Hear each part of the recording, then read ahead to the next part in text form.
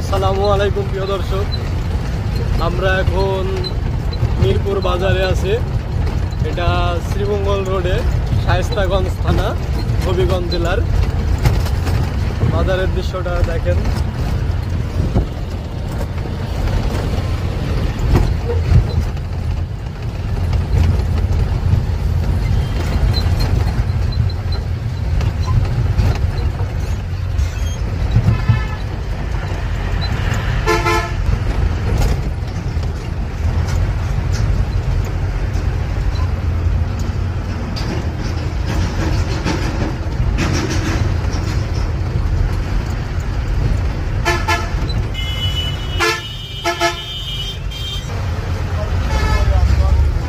বাজারের ওপরে একটি সেতু এবং সেতুর পাশে রেলিংয়ে আনারসের দোকান।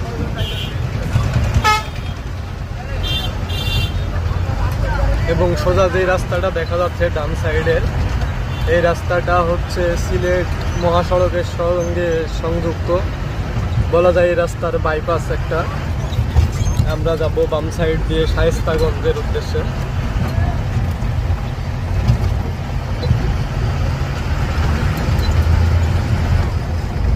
ধন্যবাদ সবাইকে ভিডিওটি দেখার জন্য। আসসালামু আলাইকুম।